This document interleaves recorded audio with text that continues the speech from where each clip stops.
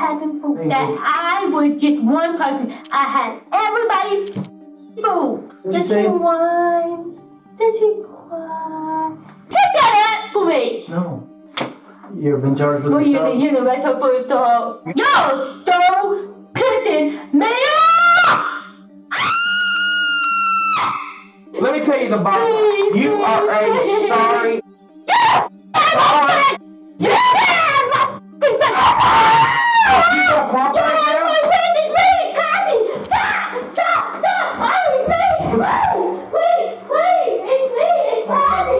On April 13, 2011, in a small town outside of Bowling Green, Kentucky, 33-year-old Kathy Coy found herself unexpectedly going into labor while driving and was forced to deliver her baby on the side of the road. She then rushed to her friend's house, Shelley Lindsay, where Shelley found Kathy dazed and covered in blood, clutching her newborn son. As Shelley rushed Kathy inside, a wave of panic washed over her. She was holding the newborn baby boy in her arms, but realized he was struggling to breathe. She wiped away the bubbles from his nose and mouth and called 911.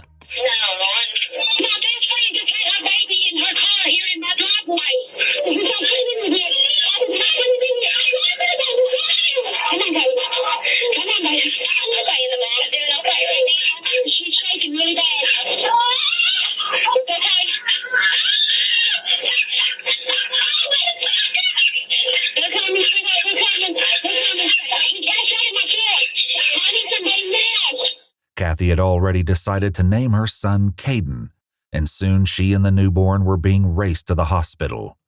However, once there, medical staff made a chilling and stomach-churning discovery. Something was very, very wrong. Given baby Caden's shallow breathing and deteriorating state, medical staff had to deal with one emergency at a time and prioritize trying to save the infant's life. Kathy is promptly admitted into the labor and delivery unit, while baby Caden is rushed into intensive care, where he's placed on oxygen. So what was wrong with the baby? He had respiratory problems. He was also very cold. He was an ice cube. And that could make babies very sick. We call it cold stress.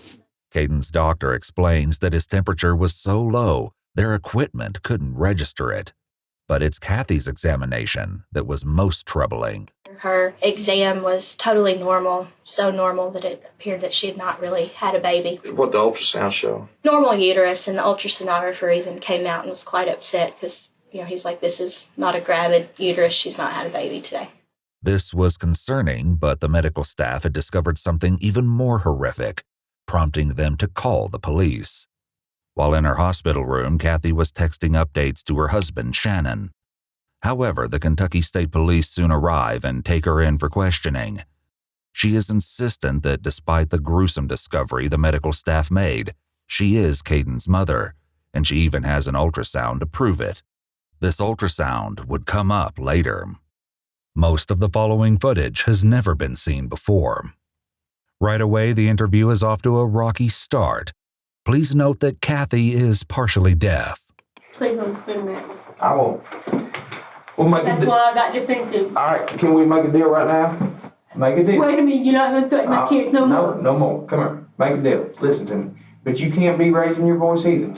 Okay? Okay, but I don't want to parent too. Do you understand? Let me just say this, Kathy. Do you understand? Yeah. There's a lot of emotions going on here, okay? Yes, I do. And now Jamie's freaking missing, and I'm being blamed. Prior to walking into the interview, police executed a search warrant at Kathy's home. There, her other two children seem unusually eager to help as they comb through her belongings. Kathy's husband, Shannon, was not their biological father, but they thought of him as their father. Without understanding the implications, Kathy's children make a comment that unsettles the investigators. According to them, their mother had spent the day with a friend who also happened to be pregnant. While the name of the friend escapes them, they know with certainty it began with the letter J.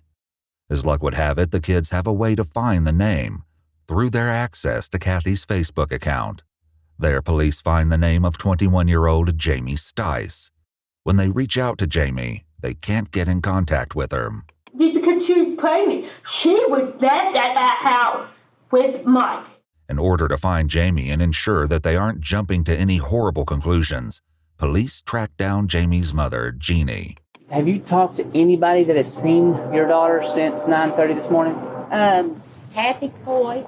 The fact that Jamie was heavily pregnant and now missing was a serious concern on its own, but given what the medical staff found, police knew that things could be dire. Let's start over, because we're going to figure this out together, all right? Okay. And we got to start from the very beginning. When you woke up this morning, what time did you wake up? Kathy walks the detective through her day.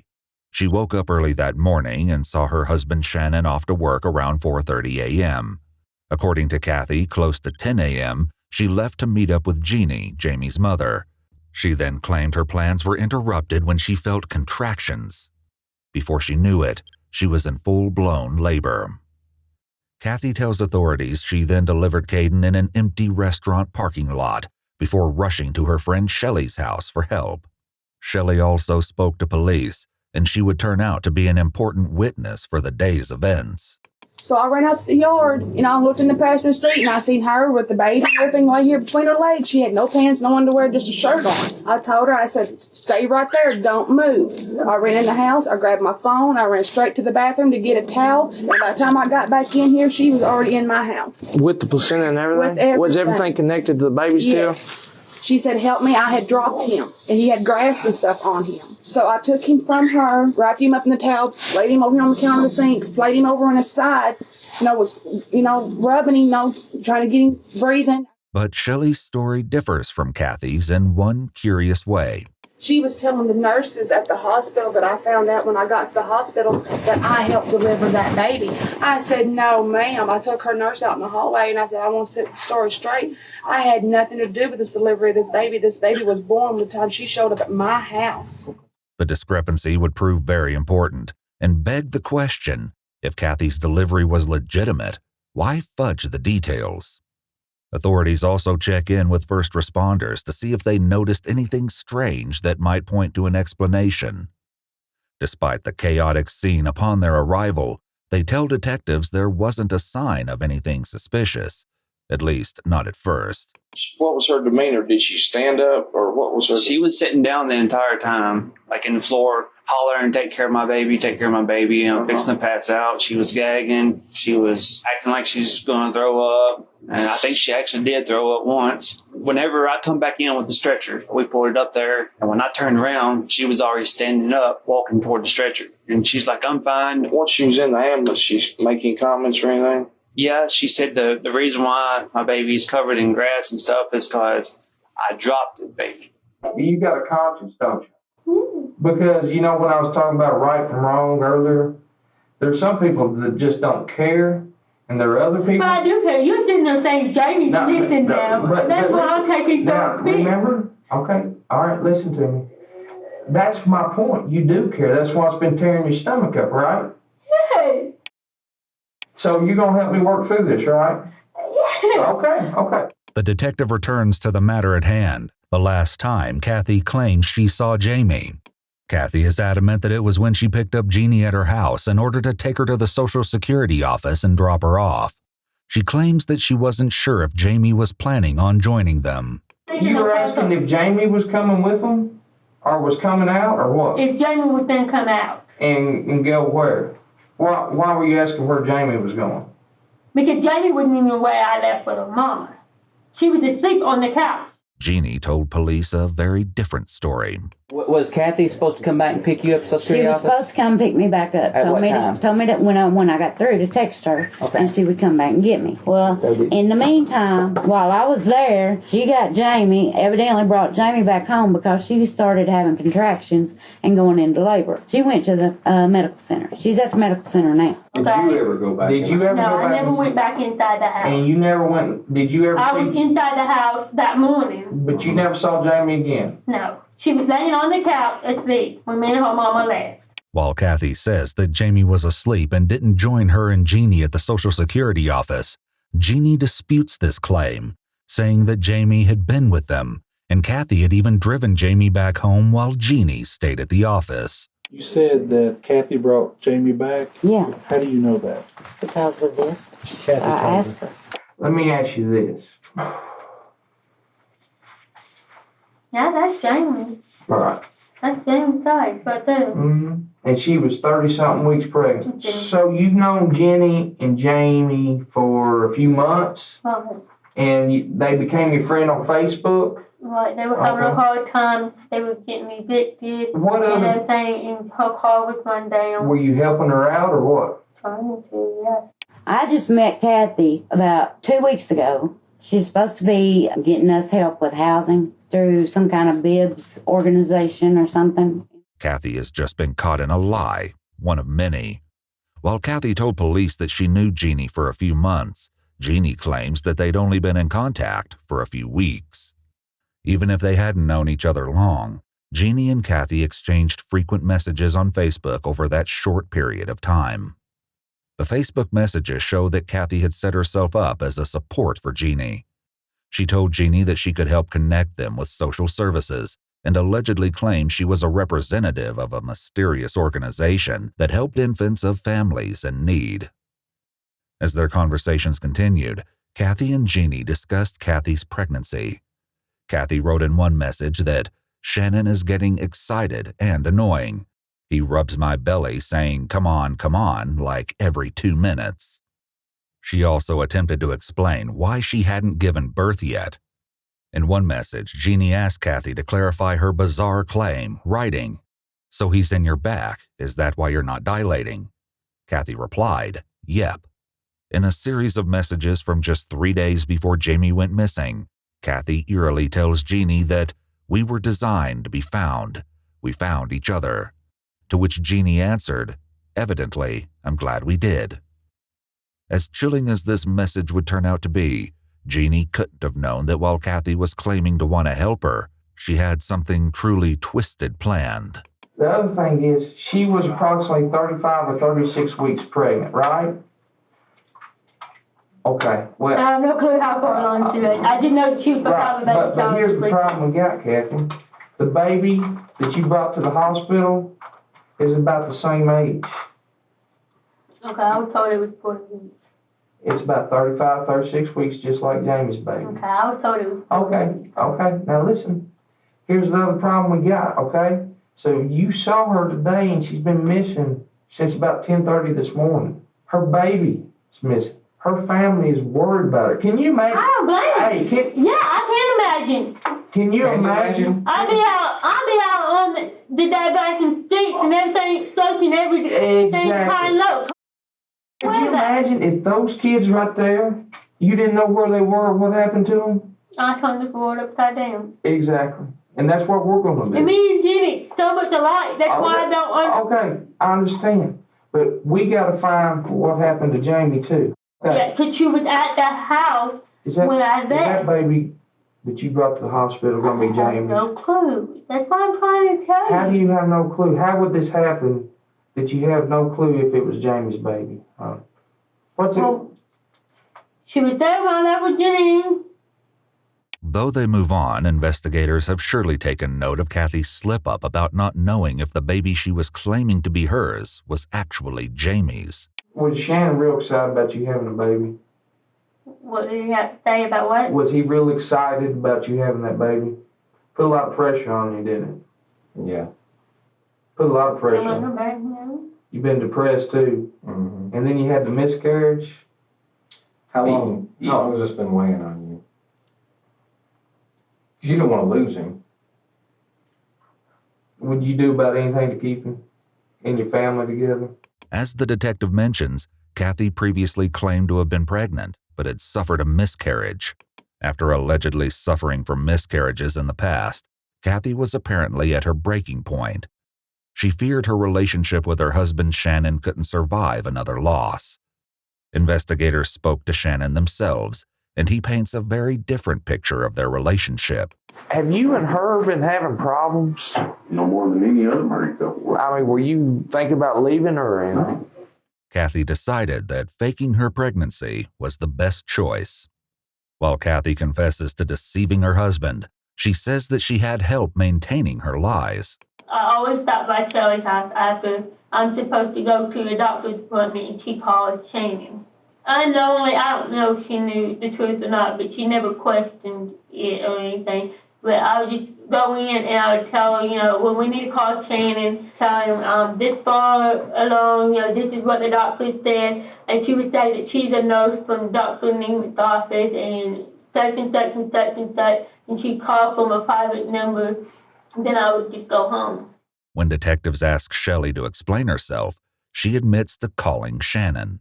So she had you act like the nurse, say we've changed the appointment date? Yes, that was it. I did that once or twice. Okay. Why did you do that? She said that Shannon would be upset because at this time I still thought she was pregnant. I thought I knew her, but evidently I don't. According to Shelley, she had no knowledge of Cathy ever faking a pregnancy and thought she was helping a friend keep her mother-in-law off Cathy's back. Police also spoke with Shannon's mother, Diana, and she had her own suspicions about Cathy's motives. And she told me that she was always jealous of me because Shannon's affection for me. I was his mother. Oh, yeah. Despite her attempts to fake her pregnancy, it seems that not everyone was convinced. As it turns out, Cathy's pregnancy was a hotly debated subject in her inner circle. According to one friend, Cathy appeared to be showing late in 2010, but seemed to be shrinking in the months since. Another admitted to doubts after Cathy repeatedly rescheduled planned C-sections. Diana, Shannon's mother, also had her doubts. What was your feeling on her? Be honest with her. She wasn't pregnant. You knew it all along? Or? Well, I figured it. I didn't know for sure. To sell her lie, Cathy got her hands on an ultrasound photo. The version she showed police was identical to the one she showed her husband, Shannon. He believed he was looking at a photo of his growing baby, not realizing that he was actually looking at a stolen ultrasound photo, one that Cathy casually swiped from a friend at a party in October 2010. Shannon thought she was pregnant. Yes, I'm just gullible, I guess. He actually felt something move in her belly. She could have done that, The detective is right. Cathy brought home a fetal heart monitor. Somehow she convincingly faked a baby's heartbeat for Shannon. She also had him place his hands on her belly while she moved it, mimicking a baby kicking. As police would soon learn, this was only the beginning of what Cathy was capable of. Cathy knew that at some point, lies and phone calls wouldn't cut it. Eventually, she'd need an actual baby. But no one could have imagined the lengths she would go to in order to make this happen. As a precaution, police requested to look through Jeannie's house for any sign of her daughter. And when they did, they were surprised to find Jeannie's boyfriend Mike hiding from officers in an upstairs bedroom. We're looking for your daughter and you're hiding your boyfriend upstairs. Do you know where Jamie's at? No, sir. When's the last time you saw her? Listen, we're going to take a ride. Come on. Finding the whole thing suspicious, police immediately separate Mike and Jeannie, then grill them for answers. You're going to have to explain something for me. Just explain to me why you lied about it, and I hope it's a good reason. Because he's in drug court. You realize this is serious, right? Let me tell you something. This is real serious. This is about as serious as it gets, okay? Your daughter is real pregnant and missing. Let me let you know some other news. Kathy's not pregnant. Kathy's not pregnant? No. Now, you going to help us find your daughter? Kathy Coy's not pregnant. No. Outside, Jeannie's boyfriend also struggles to come to terms with the news.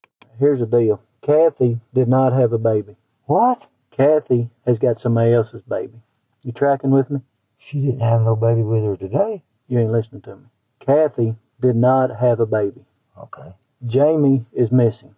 Hey, she's pregnant. Kathy did not have a baby. Oh, my God. Do you see where I'm coming from here? Yes, sir. So what are we supposed to do? Nothing? Sit and wait? All the you hear about on TV, people stealing babies and all that? Yeah. Surely not. Was that girl going to be able to give that baby the kind of life that baby deserved? The interrogators leave Cathy alone in the room, and her behavior takes a very strange turn. But this is only the start of her bizarre antics, because things will really go off the rails soon. I can't believe you're missing. You've got to talk to him. You've got to call him on. You've got to do something. Totally getting blamed for everything. And I ain't taking no fall for nothing. And we know good and damn well you're okay. Or you was. They believe I've hurt you. I'm not capable of hurting any damn body. You've got to call your mom. You've got to help me out here. I can't go down for this, Jamie. I got 2 kids. I've got to go home too. 2 babies. You pick today of all days to disappear. Jamie, please call your mama so I can go home, please. Cathy is growing desperate, and things are about to get even stranger. Okay. Talking to Jamie. Talking to Jamie? Yeah. I know you're talking to Jamie. Yeah. There's been some new things that have come up. I'm going to tell you something, okay? Okay. The evidence clearly shows that that's Jamie's baby. And also the evidence clearly shows that you're the one that took that baby from Jamie, okay? I didn't take that baby. Now, just listen to me for a second, Listen. okay? I'm not yelling at you. You don't yell at me, okay? Let us spell this out for you. We also know that Jamie was in the car with you today, and you picked Jamie up at her house. Listen, we got eyewitnesses that saw Jamie get in the car with you. No. Yes, listen to me. We already know that. We've already confirmed that. And we're going to confirm that that's Jamie's baby through DNA. That baby couldn't have made it alive from Plano Road to Reedyville Road up there in Butler County. It couldn't have made it alive. It was just born. You've got to start being honest with us. And we know the truth. And the truth is coming out. She was. But you keep saying she was. She was alive and kicking. But she's not anymore. She's not anymore, honey. It still had the airways blocked. They had to clear the airways, okay? That means that baby was just born. There's a very disturbing reason investigators have come to this conclusion. How long do you think we've been doing this? Look, I know I'm going down for this, but I don't go to jail, okay? You lied to us. You planned this. No matter which way I go, it goes back to you. Right. Because right. Listen. No. I want you to look at that. I want you to look. I'm not haunted by her. I know she's missing, but I haven't done a damn thing to her. You took her baby. You took her baby, didn't you? Look at her. Look at her. I'm looking at Jamie. She's a beautiful damn young girl. She's not here anymore. Now where is she? Tell us where she's at. And we're done. Tell us where she's at and we're done. I don't know where she's at. Cathy eventually told the detective a bizarre story to explain where the baby at the hospital came from. She claims that after the doctor told her that her own pregnancy was no longer viable, she was outside the office when a woman named Ashley saw her in distress. Cathy then stated that Ashley offered to sell her a baby for $550. This young lady, there's no way that you've been riding around here and all of a sudden, poof, here comes Ashley. And poof, here comes a baby. That does not happen. We know what happened. We got eyewitnesses. We got Jamie's baby, okay? It didn't magically appear in your arms, sweetheart. You know what? You probably think that you paid for this baby. No, I've been giving money. I know you've been giving them money. So in your mind, sure, you've paid for this baby. And you could give this baby a better life than she could, right? Because you know why? It would give you a better life. Because it's the life that you wanted with Shannon. And you were desperate. Y'all want me to tell you where Jamie is? Yes. I don't know. See, there you go. You're trying to make me be a royal, cold-hearted. No, I don't believe that. Listen, there's no reason to get mad here because the only person who's been lying in this whole thing was you. Who did something wrong today? I bought a baby. I did something wrong. You didn't just buy a baby. You didn't buy it. Yes, You arranged for the baby to be taken from her. I'm a procrastinating liar. Huh? I'm a procrastinating liar. Is that it? So I've been told 1,000 times. You've been told that you're a liar. I'm a procrastinating liar. Okay. So now that we got that on the table, we need to know where she's at. Why do you keep moving? Stop pushing that towards me. Why? Now I'm actually starting to get pissed off. Okay? Why? It's not bothering me. Is that what you're thinking? It bothers me. She's missing. Yeah. But I don't know where she's at. While Cathy admits to being a liar, she'll soon take this sentiment to a truly bizarre and shocking place. Cathy's ex-stepfather Ron claims he was also a witness to some of Cathy's shocking behavior. I don't want that girl back in my house. Do I believe that Cathy was capable of killing somebody? Yes. You do believe definitely. My personal opinion, if she gets her way, she don't care who she hurts. I said, one of these days, you're going to do something and you're going to be in jail for life. Investigators uncovered even more about Cathy's troubling behavior. At one point, according to police reports, she was even accused of stalking a pregnant teacher from her son's elementary school. The teacher felt so uneasy around Cathy, she began keeping a journal of strange incidents, including a time when Cathy lingered in the doorway, watching her as she worked alone inside her classroom. Interestingly, Cathy also claimed to be pregnant at the same time as this particular teacher, and when the teacher suffered from a miscarriage, so did Cathy. Back in interrogation, Cathy is about to slip up and make a huge mistake. Y'all trying to pin a murder on me. You're trying to pin kidnapping on me. Who said murder? Kathy, who said murder? You said she keep saying she's dead. I don't know. It's on this damn thing. You can't erase it. She said she was. You said she was still kicking. Yep. That was your exact word. She was. When I left her. Where did you leave her? No, hell. Where did you leave her? Yep. You're not playing the Where did you leave her? If you want me to keep talking and give you all the damn information, listen. back the up now. Calm down. Yeah. No. Listen. Listen to me. Listen to me or I'll shut the ass. Thank you. Kathy, listen to me. Now I'm telling Who's you. yelling? No. Who's you yelling? listen to me. Who's right yelling? Is that the now. rage Kathy? you use with Yep. Is that the rage? And listen Is that to me. what you want me to keep talking? Is that what you Shut did? up. Okay. Are you going to talk? Are you Is that going to what talk? you did? Y'all got to Did you tell her to shut up? 1, Did you tell her to shut up? What are you going to do, honey? 3. Say another word. I'll quit talking. Well, are you going to tell us the truth? Shut up. Are you going to tell us the truth? You're trying to pin a goddamn murder. You said that she was Are you dead. going to tell us the truth? Hold on. Okay? Are you going to tell us the truth? I told you the truth. I said she was alive and kicking when I left her. Left her where? Where'd you leave her? I told you at the goddamn apartment, but she was with Ashley. No, see, that's different. Yeah, now it's different now. I don't know what she's at. The detectives jump on Cathy's slip-up for one very good reason: the disturbing discovery the medical staff made at the hospital, the one that prompted them to call the police. Dr. Sarah Mangold explained one of several horrific things they uncovered when Cathy came to the hospital.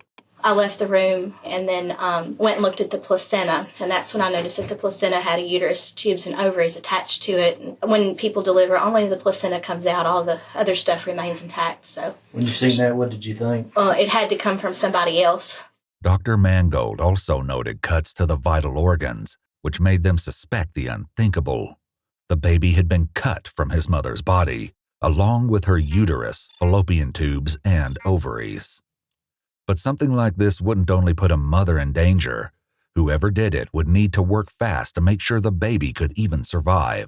If the mother was deceased, how long do you think it would take before the baby would have suffered or been in trouble? If a mom codes and cardiac arrest and you do a C-section, you've got 5 minutes from the time of the cardiac arrest to get the baby out.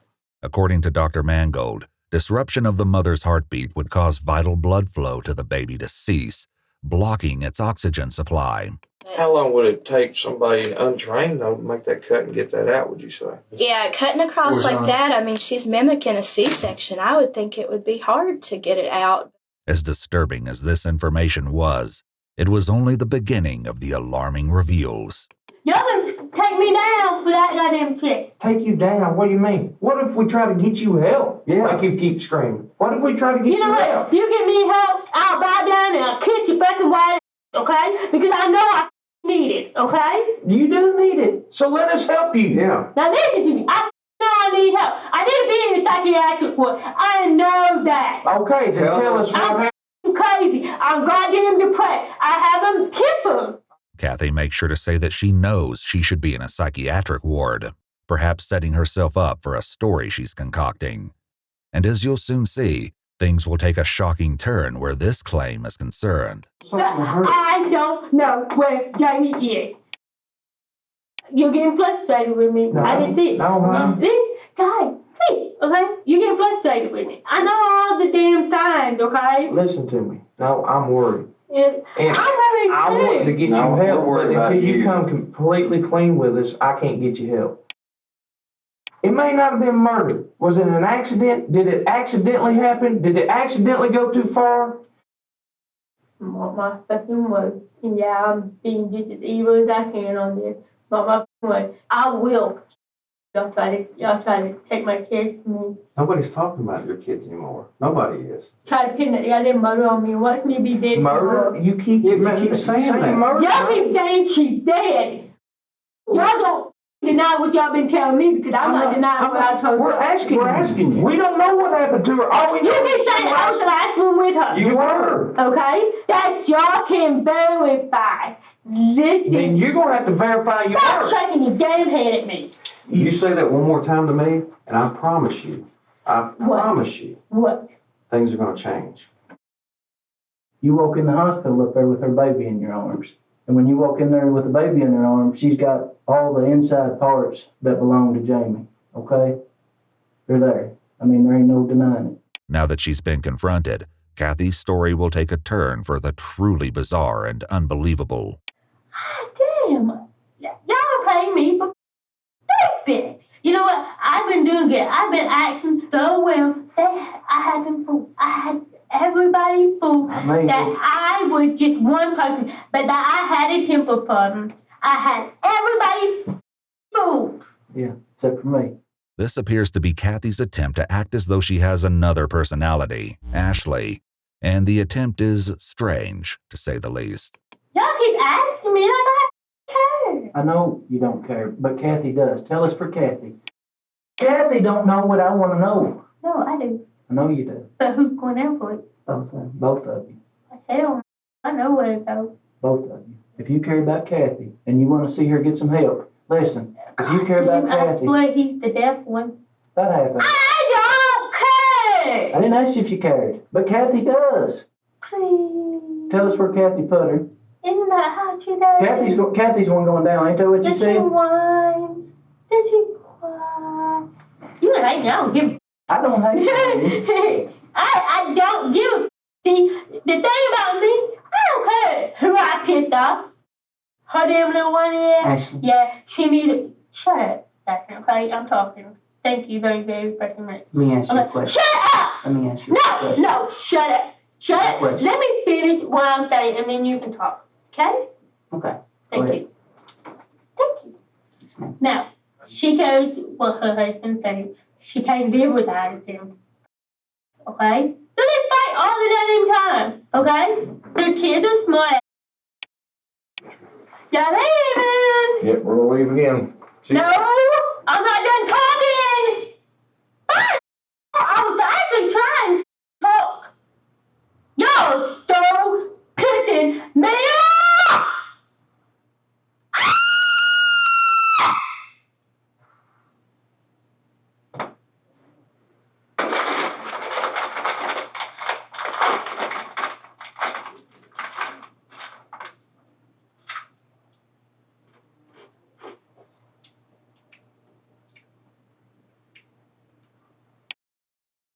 Right now, you want somebody to talk to. Who do you want to talk to right now? It can't be your kids until you tell us the full truth. I'm telling them. Who? I'm telling you the Who? Yes, I am. All right, hang tight. I'll be right back with you, okay?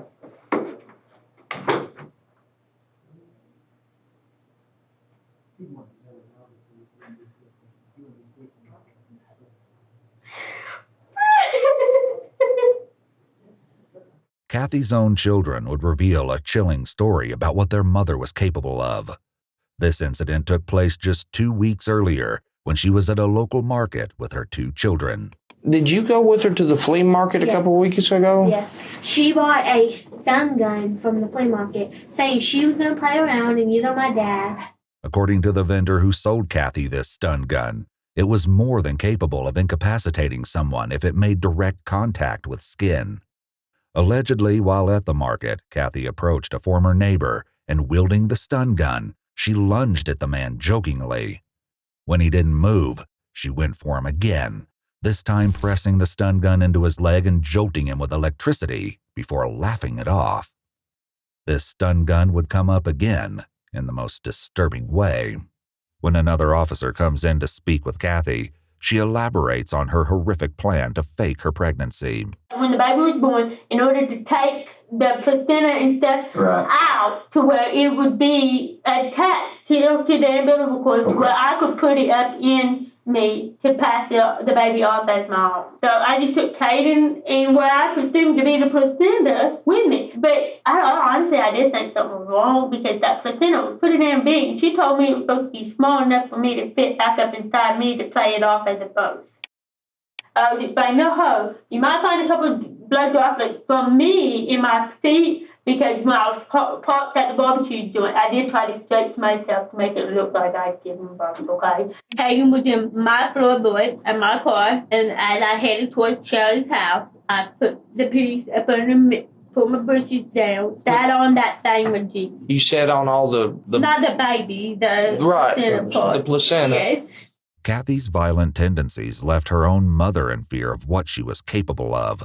I believe she's psychotic. And right now I believe the girl is possessed. Because no human being could do what she did. The officers bring in someone new and try a different approach. Not only does Kathy calm down for now, but she elaborates more on her claim to have multiple personalities. I swear, I need baby time. I'm telling you the truth. All right, Kathy, you're the one I want to talk to. Why do y'all keep calling me Kathy? I keep trying to make sure. No, I want to come here and talk to you a minute. I've got your car out there. Okay. Got your Toyota out there. That's my twin. Yeah. And it's got Jamie's blood all in it. Okay. It's from the placenta thing. Well, listen to me. I've got her bloody fingerprints on it also. At this point, bloody fingerprints are the least of Kathy's concerns. Detectives can't wait to see how Kathy will try to explain away all the damning evidence they've been holding on to. When you brought that little baby to Miss Lindsay's house. I'm sorry. It's okay. When you brought that little baby into Miss Lindsay's house. Can I tell you something? Yeah. Do you believe me if I told you? I'll try. Person. Ashley's what? Ashley's not a person. Y'all don't think I'm don't make me please don't make me. Don't what? Don't make me mad. Don't make you mad. I don't want to make you mad. But just please you don't think I'm so crazy. You just won't go home. Listen to me. I promise you I'm not going to make you mad. I belong in a psychiatric for what I do. I don't belong in jail. How do you know that? You promise not to tell them? No, just me and you.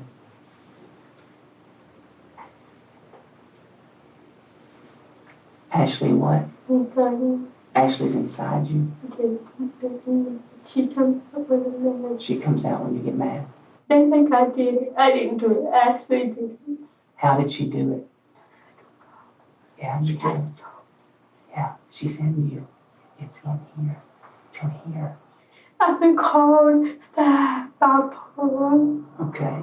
But my family, everybody notices that I have like a split personality. Split personality. When you have split personalities, you can remember, you can know what the other one knows. You can't stop her. I can. With the right medication can stop her, honey. When she comes through, I have feels almost like a blackout. I don't know. I can be driving down the road and not remember how I got from one place to the other place. I would be sitting there talking to my kids, and then all of a sudden they're gone. I'm like, well, why don't you walk off? My head's so bad. You know why? She's trying to keep you from telling me. We already know you killed her. We're just trying to figure out. Somebody got paid for it, right? Well, not necessarily. No. And they're trying to say that I know everything, that I did this, I did that. I just want to go home to my kids. I know you do. Though Kathy had lied to Shannon in her attempt to fake her pregnancy, investigators were disturbed to find out that she hadn't lied to everyone in her life. When speaking with police, Kathy's daughter revealed an alarming twist. Did she ever talk about being pregnant to you or about losing the baby? About the miscarriage? Yeah. She said she had lost the baby and that she was thinking about kidnapping a baby. She asked me for help and I said definitely not. Then she said she was just playing around. She said she told me that because she said she trusted me and stuff. And that not to tell my dad. What kind of help did she want you to do? I think she said kind of knock a person out and then kind of take a baby. And Kathy didn't only try to enlist the help of her daughter in her sick scheme. She also asked her son. She said, just hypothetically, if I was to want to commit a crime, would you help me? And I asked her, I said, what kind of crime? She said, theft. If I was to rob something, would you help me? I said, probably not. That don't mean I'd turn you in. I probably would, but because you're my mother, I would hesitate. She said, all right, well, what about murder? No, I told her, I said, absolutely not. I would never help you with something like that. But you don't put me in prison. Why would I put you in prison, hon? Because Jamie. What about Jamie? If you thought this story was already shocking, what happens next is completely bizarre. She runs the gas station. Around the gas station. It's okay. Hold on. She's trying. It's coming. She's trying. She's trying because you're coming clean, sweetie. Please don't. Back away. Oh, please. I don't will. You can do this. You can do it, sweetie. Fight through it. You're stronger than she is. After several interviews, many people in Cathy's life say the same thing. She had no history of going by other names, nor did she show any signs of multiple personalities. However, one person close to her would eventually share a different opinion about this. Get the story ass bastard back in room. Which one you want? I want the smart ass one. You did it. You happy now? She begged you don't bring me out. Didn't she? Yeah. She won't tell you. She knows she's going down for it. She's not going to tell you. There's nothing to go down for. Oh, but she is. Oh, hello, smart. Hello. Did you call? As bizarre as all of this is, Cathy is attempting to distract detectives from the heart of the matter. What happened to Jamie? The truth of what Cathy did is even more disturbing than her bizarre outbursts. Let me tell you something. I know how to kill. I know. Pick that up. Before you hurt Pick that up. No. Yes. Before you hurt your... Pick that up for me. No. Talk nice to me, and I'll help you. Talk nice to me, and I'll talk nice to you. And I'll throw it at you if I pick it up. I don't care. You ever been charged with Well, assault? you know, right up for assault. I might. Just one more charge. I don't give a...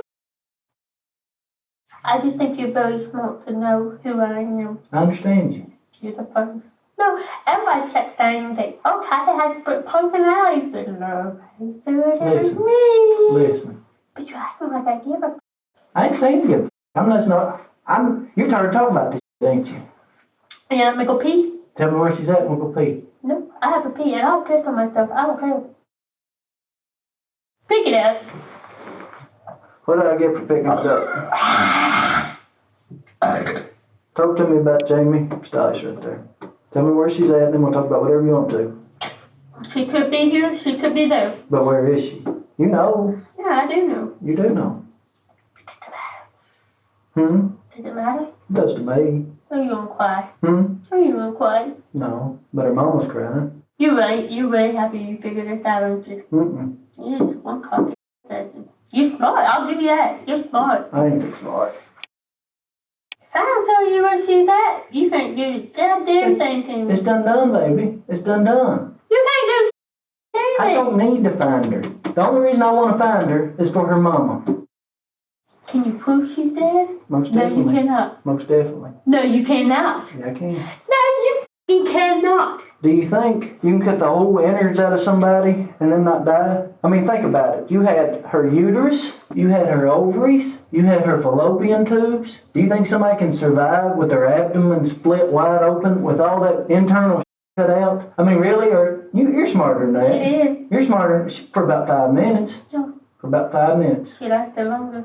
How long she last? No matter. Maybe 10 minutes. But you know when they're just sitting there flopping like that ain't life. All that is just nerves. That gasping for air, that gurgling sound that you heard, that bubble she was blowing out of her nose and her mouth. She never blew any bubbles out of her nose. She never blew no bubbles out of her mouth. And all that blood that came out. She didn't bleed a whole lot either. Oh yeah, there's a lot of blood in that car. Due to the precision of the cuts on the vital organs and Cathy's choice to keep the umbilical cord and placenta intact, the medical team agreed this wasn't likely done without significant research and forethought. Did you cut her across, or did you cut her up and down? She was in a little closet when I did it. I know she wasn't. The blood in the car. It's from the baby. I don't care what y'all know about split personality. Guess what? I know how to block. I'm done with you. You do. Go cry me. I ain't gonna cry for you. I ain't gonna cry for you a bit. No, I don't give a. I know you don't. You got anything else? I don't care. You got anything else to say for me? What are you gonna do? What are you gonna do? You gonna cry? You look like you're about to cry. You got anything else to say to me? You know who's gonna go down. Ashley, you got anything else to say to me? Who? Ashley? You gonna tell me? No. No? No. No? Okay. What part of no don't you understand?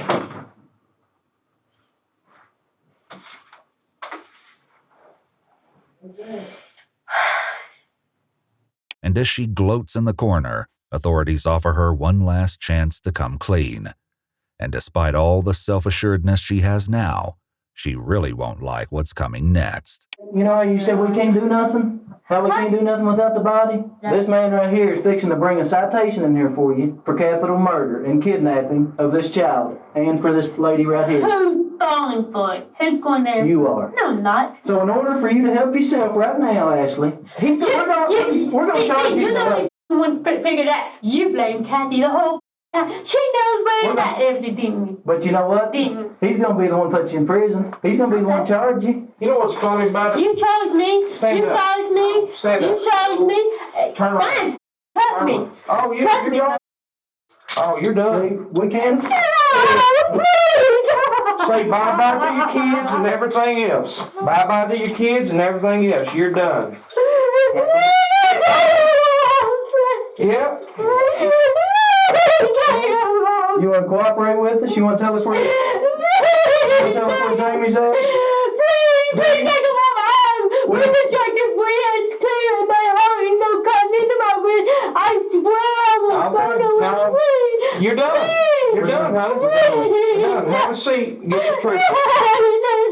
Have a seat. Get the done with you. You're done. We're done playing it. Let me tell you the bottom line. Let me tell you the bottom line here. Wait, give me a second. Let me tell you the bottom line. You are a sorry. Okay? And you are going to prison. You're going to prison. I don't give a. Come on. Let go of me. You're telling me. Don't pull my wrist. I broke my wrist. You better not play. Hey, let me ask you something. You gonna cooperate now? You gonna cooperate now?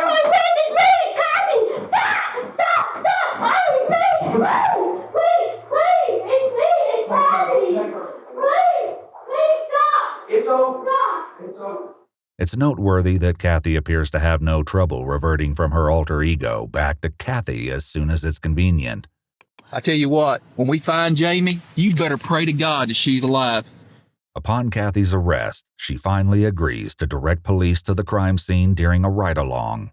It's then that she finally reveals the horrible truth about what happened to Jamie Stice. They don't believe me, do they? You don't want to see what's out there. I've seen a lot worse, sweetie. I've done this for 20 years. I've seen a lot worse. She's dead. I figured she was. Later, police learned that while wearing a trench coat and a possible disguise, Cathy attempted to gain access to a local hospital nursery. She solicited hospital staff for the access code as she pretended to be visiting a friend. After this failed, she targeted Jamie. Given her history of stalking pregnant women, perhaps Cathy had plans like these with others, and by the time she reached Jamie, she'd simply had enough experience to perfectly hone her twisted scheme. What else is in the woods? You'll find a whole lot of blood and she's been cut up really bad. Okay. There's a taser. They're what? A taser. A taser? That immobilized her. Oh, you tased her. I see. Where did you tase her at? On the neck. I don't want to know how bad it is back here. But I don't want to go to jail, nigga. Please. I'll tell you what you want. Everything. She's been cut on the neck. What did you use to cut her with? A utility knife. How did you learn how to cut the baby out? Did you look anything up on the internet? on how to do this or anything like that? One time on how to do a Home C-section. She's wanting to come out. Y'all getting too cold. Please don't. You know what's going to happen when she comes out, don't you? Please don't let her come out. It's up to you, honey. Please, I'll get hug. Please don't let her come out. Please, It's up to begging you. I'm begging you. I'm begging. I'm trying to fight. Please don't. Man, this is going to be bad. Hey, she said she's cut up real bad. Yeah, not just on her stomach either. How'd she feel? She tased her, dude. She tased her and then cut her neck. Not long after they arrive, police find Jamie's body near a wooded area. She's found face down, partially clothed, and disemboweled with a massive laceration across her abdomen. Her throat and wrists were also cut. Her cause of death was ruled as multiple sharp force injuries, including those responsible for the removal of her uterus. But according to the doctor who treated the baby, the horrors only continue. Because the baby was still alive, it's unlikely that Jamie died from her injuries right away. She must have died when she was still alive, otherwise the baby wouldn't have made it. Why do you say that? Because if you kill the mom, then babies can't tolerate it inside. Like, what we do is we call like a post-mortem emergent section. I mean, most of the babies don't make it, so even a few minutes with mom being dead, the babies don't make it. Cathy was charged with murder. Following this, Cathy's children were given handwritten notes from her full of half-truths about the incident and were later sent to foster care. Her husband Shannon has since remarried. Whether or not Cathy was ever pregnant in the first place remains a mystery. We spoke to Brianna, Cathy's daughter, in an EWU exclusive interview. She'd been 11 at the time of the crime. She gave us some insight into how Cathy behaved the day she killed Jamie Stice. She acted completely normal before the incident, but her acting normal prior to what happened definitely did throw me off, because when I found out what happened, I was shocked because she did not act like anything was up in what way whatsoever. Then we got told about what had happened, and it was like everything broke loose. The first time in a long time that I saw my stepdad, he was crying, but not in that way of, losing her, but mostly that how could I have not seen what had happened? That I noticed that it was fake tears. He was not really upset. He looked like he was relieved from her in a way. Brianna also had some thoughts about her mother's claim to have multiple personalities. She's not an actress or an actor. I do believe that she has a multiple personality disorder. And I've seen that exact type of behavior throughout my entire childhood, of where she does not refer herself as Cathy or my mom. She refers herself as somebody else. Notably, Brianna says that the name she referred to herself as wasn't Ashley. One moment she would refer herself as Cat. Kathy Coy was convicted of murder as well as 2 counts of kidnapping, one for an adult and one for a minor. In 2011, she was sentenced to life without the possibility of parole for her crimes. Against all odds, the infant Cathy mercilessly ripped from his mother survived. He was named Isaiah Reynolds, with his middle name as Stice in honor of Jamie's last name. He now lives with his father and sees Jamie's family regularly.